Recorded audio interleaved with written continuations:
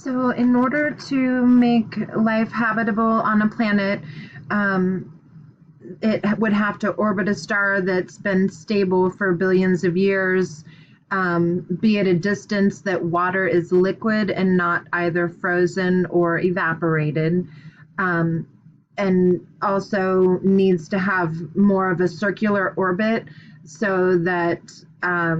conditions are more constant throughout that planet's year. Um, a low mass cool star would need to have a planet close in